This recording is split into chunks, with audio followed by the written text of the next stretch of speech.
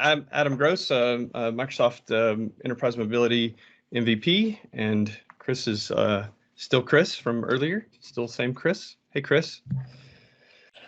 Hey, so Chris and I are going to talk about logs and reports and registry things, and basically the general idea of trust but verify. We, frequently are in we set this stuff up and we say, hey, this stuff should work, and we assume it's going to work, but then how do we know? How do we prove that it's working? And the way you do that is you have to inventory that information. You have to somehow find data on the machine that you can collect and use to prove that a device has been upgraded. So Chris and I have different approaches for doing this, and so we're going to kind of talk through those. And these are largely based on the environmental requirements for your organization. So some orgs want tons of reports and things and want to know exactly what's going on, and but you actually have people that are reviewing that information and looking at it. And then in other cases, you just have people that just set it and forget it and wait for the help desk tickets. And so I've been finding that the more and more that I've got into using Power BI, the more I've enjoyed digging into the data and looking at reports and making those available to people. And the trick is trying to get people to use those, and that's a whole different conversation. But the more that I've tried to make content available for the community, the more I have attempted to squeeze as much useful data out of the native content that's available versus trying to create custom new things and stamp registry keys and things like that. There are places for doing that, and I'm not against that, and we do some of those things in production. But the methodology that we have adopted most recently is we are moving to modern. We are moving to trying to transition into Intune as much as possible, but we are we've got 9,000 clients sitting in Config Manager, and we're trying to figure out, okay, well, how do we leverage that? How do we move that stuff into Intune? But planning for the future in our tooling is important. And so looking at, all right, well, if I write a bunch of custom things here in Config Manager, can I do the same thing whenever I get to Intune? And that's the challenge. That's the box I've put us in of, okay, anything I'm doing, I need to be able to duplicate in Intune when we get there. And so that has influenced a lot of the approaches that I've taken on building out the solutions that I do.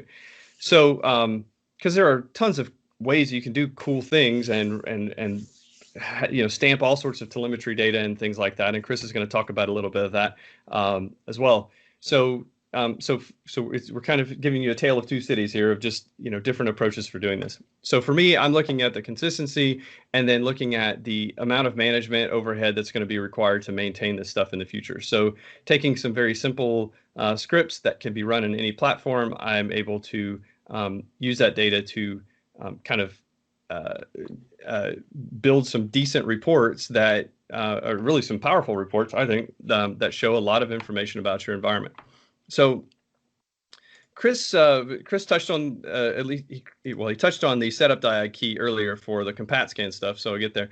But so if you don't know already, in the registry on your machine, there are a couple of reg keys, and I'm a demo guy, so I'm just going to demo this. So inside our registry, so if you go into software, Microsoft, Windows NT, current version, this is the magical key that holds all of your information about your machine. And most importantly, this is the one that I really, let's see, hold on, I'm trying to do zoom it. I love zoom it. Don't you love zoom it? There it is. Okay, so so this guy right here is the important one that, if you've looked at Config Manager inventory, doesn't actually show up in inventory. Dune, it'd be great if you guys could fix that. But um, so unfortunately, because it doesn't show up, we can only report on things like the current build, which then requires you to maintain a case statement or a cross-reference table or something like that to match up the this number over to the actual kind of cool friendly release ID for the thing. And you'll find that these are called different things depending on where you're looking on the machine. It's a release ID and it's a build, and all the documentation and things are all over the place with this stuff. So anyway, my goal was to get the release ID in a report without having to maintain the report and constantly have to go in and update that table. And so I decided, well, let me collect this registry key. Most of the rest of this stuff actually comes in through native config manager inventory, but this one doesn't. So I'll get back to that in just a second.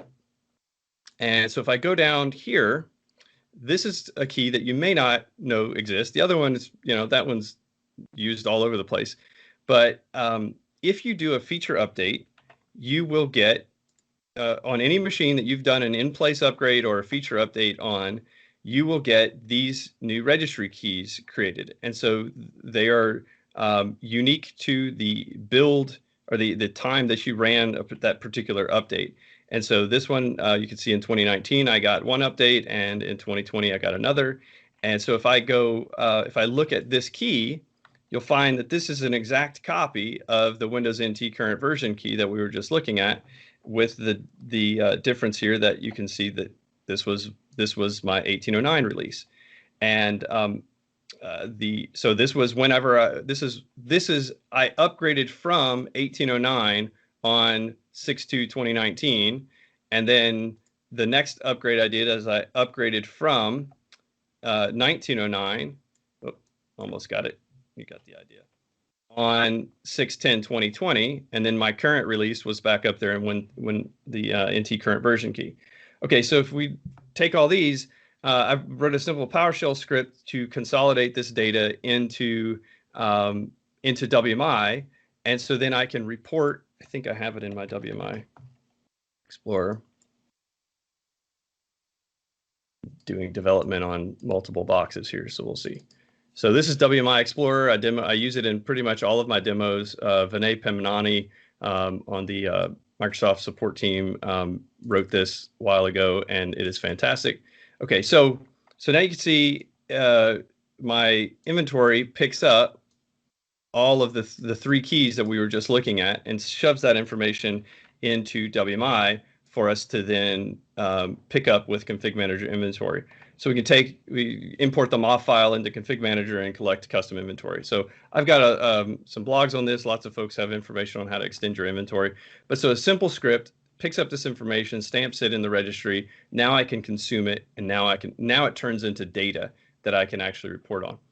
So I have another one called that picks up the setup diag key, which I don't have setup diag info on this machine, but essentially setup diag default location is under Mo setup volatile. It would create a setup diag key, and I've got that in my slide, I think. Quick note: in 2004, setup diag automatically runs after a failure of a feature update, but it puts it in a different location. I've got that documented in my blog. I forgot what the specific location is on that, but it's different. And also you can customize the location. So I think like Gary Block, he puts it in a different location where they're already collecting a bunch of custom WMI or custom registry keys at, so they put it somewhere else. So depending on where you put it at, you'd need to customize the inventory script. But if you pick it up from the default location, it would be here under volatile, and it would look something like this. So you can take this information and pull it all into your database via config manager inventory. Now, I should say this is specific to config manager currently, but you could do something similar with Intune and be able to collect this data there. I haven't built any types of solutions around it, but you absolutely could do something similar, and I suspect other folks are. And I think Intune actually picks up more of the data that we need anyway for not setup diag, but the specifically the release ID. So I take all of that data, and so it does take a bit of custom work. But if you just want to know how many machines are patched with the latest feature update, by a show of hands, who knows what the quickest way to figure that out?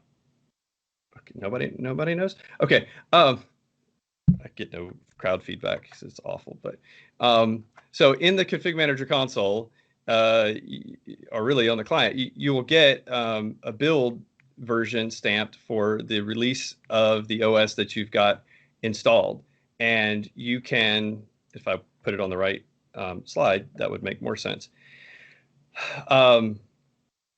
Is it not in this thing? Yeah. Oh, sorry. You won't see it here, but this translates. So the major build version, I think, so it's .10. So it'd be 1904.0.10. And so if you go and cross-reference the Windows setup, the Windows release history, you can cross-reference that build version to that KB for the latest feature update that you're looking at, and you can very quickly inventory and determine, are my devices on the latest version? So all that to say, so take some custom inventory off of your machine, and then you can build a very simple dashboard with it very, very rapidly. And so I know that this one is got I've already customized it, but so on the machine you'll get, and I'm trying to obfuscate this is production data, but these are the build versions that I was just talking about. And so if I was to just put that into a pie chart and put the count of resource IDs in here, now I can tell you immediately how many of a particular release I've got in my environment. And then I should be able to then build you some nice reports. And so that's, there's your basic Power BI report on, okay, these are all the different builds I've got. Now, this includes server builds and things like that, so you'd want to filter that and stuff. But you can tell that a majority of my population is on this build, which I know to be 1909. And come on, thing, zoom in. There we go. So this build, that's a 1909. And if you were to look up this patch level, you could tell that this should be the current or 1 month back feature update that's out there. So and now I can't get out of zoom it. There it is. Okay. So that's a really quick, easy, way to pull this data in. That's just coming from VR System with no custom inventory, and you could very, very rapidly determine where you are with your feature updates. So, and by the way, I'm going to release this as a free downloadable Power BI that you can just go grab, but with the prerequisite, you do need to use the custom inventory script as well, which is also available to use. But so this is an example of what we've been doing in our environment with this data. So I can tell you the release history for every device in my environment. So if I was to select an individual device, I can see that this device was upgraded, or this 1803 was installed on this date, 1809 was installed on this date, and 1909 was installed on this date for a particular machine over time. And that's just using those registry entries that we were just looking at. And so that's hugely powerful because I can tell you how many of my machines in my environment started out as a Windows 7 machine that are still live in my environment. And that's kind of cool because I can tell the longevity of a device and all those things. So I've got 9 devices that were or are even Windows 7 boxes. So, sorry, this is the number up here in the corner. So I've got 1,900 machines that were formerly Windows 7 that we've upgraded, and they are probably all at 1909 now. So each of these spikes is where our feature updates deadlined and using servicing. So then same info, kind of different view. So this just kind of shows it in a blob form of the on a particular date. Here is the breakdown of the install dates or the number of devices that had that OS installed on that particular date. Still not the date it was installed, but how many still had it installed on that date. And then this one is using some basic metrics on the information. So if I know that a machine has had Windows 7 installed, or sorry, if I know that a machine has these keys on them, then I know that it's been feature updated and that the install that I'm looking at was a feature update. If it doesn't have these, then I know that it's a bare metal build. Uh, and so once I know that, then I can, and then I also know if I had Windows 7 boxes, then and they went to Windows 10, then those were in place upgrades because those aren't feature updates. And so just using that data, I can draw these conclusions and I can tell you how many of my machines had what type of build on any particular day in our environment. And I think that's really powerful to be able to see the success of your feature updates versus what's going on with our devices in our environment. I'm going to come back to this one, but just from a reporting perspective, this is we're also collecting the setup diag info. I'm going to talk about this a little bit more in my session with Julie next. So as you can see, with just some very basic data, you can really take control of your of the data in your environment. One additional thing I'll say is if you're just looking at trying to figure out the cumulative update history, as I said, you've got this currently depends on using a custom the custom inventory stuff. But if you've ever looked in your config manager database, your devices, when they report in their computer info, there's a history.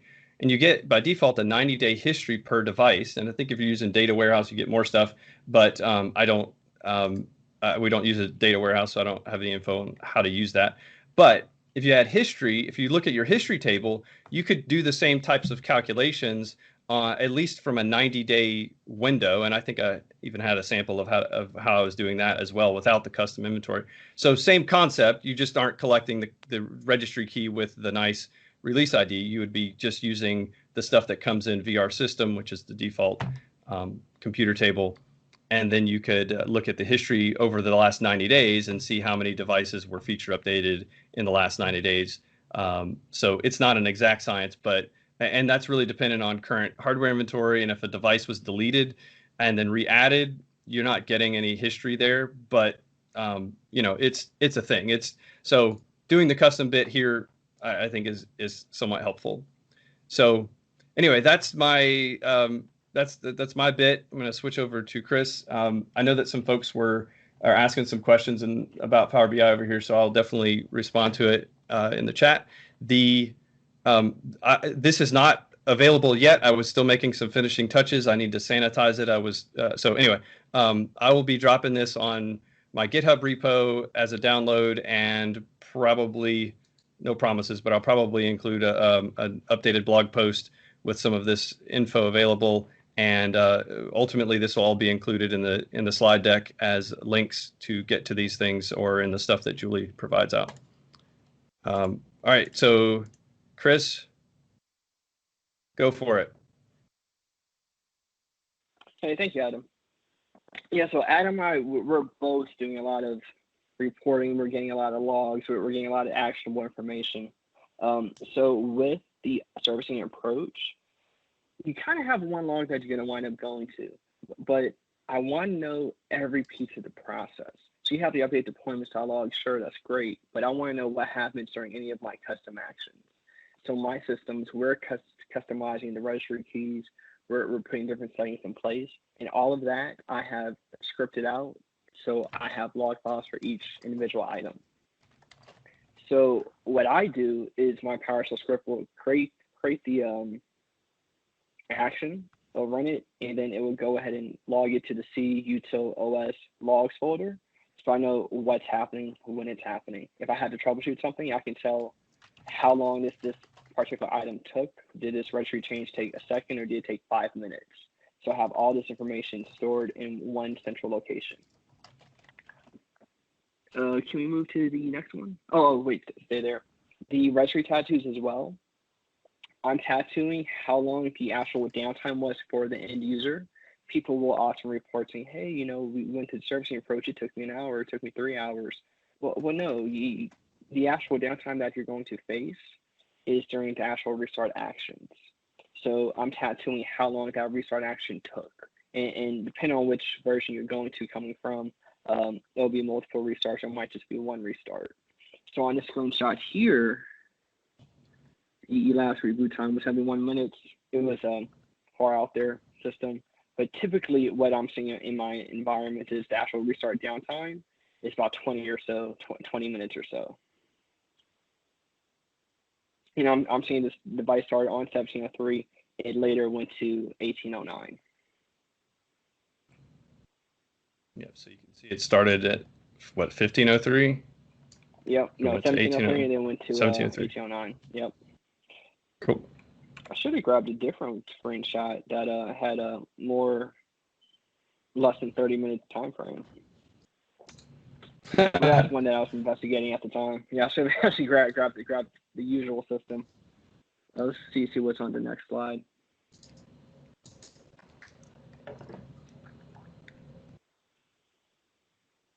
Well, this is the logging that we talked about. I use the custom scripts that I created as well as setup diag processing that Adam has blogged about. The great thing is Adam already figured it out.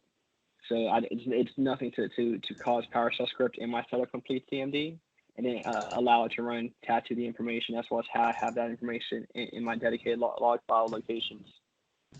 Yeah, and just to add some to that. So yeah, so this is a copy of logs that I've pulled from a machine. So we put it in a hidden folder, feature update temp on the root of C. We stage scripts that it will run through different points in the process and trigger setup diag. And then, like you can see, this machine has repeatedly failed the feature updates, and no one seems to care, so neither do we. But it has repeatedly run the feature update and run setup diag and said, I'm still failed. But here are logs that you can go and dig into from each of the processes that run on the machine. So, yeah. Yeah, so having these logs definitely make it some immediately actionable results. So what we've done here for a couple of different environments, oftentimes I'm not sure how many people here work in military environments. A lot of things are broken out by section. So you go to someone's major and then they'll put the squeeze on their soldiers.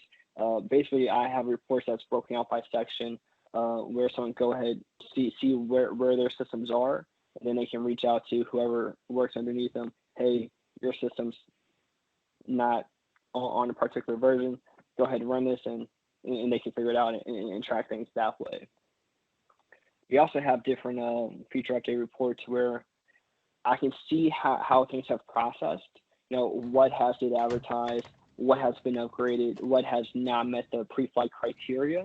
And then I can also tell, like, okay, out of these systems, X amount are offline, or X amount are not on VPN. They're talking to the CMG.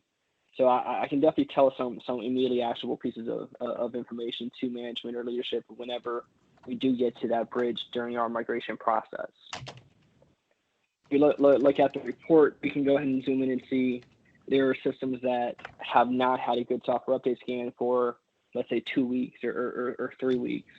So those systems we can quickly tell, hey, let's get these put together. Let's trigger a software update deployment eval cycle. Then we can start moving forward. I know these are all, you shot this with your potato camera, but to get the idea there. Yeah.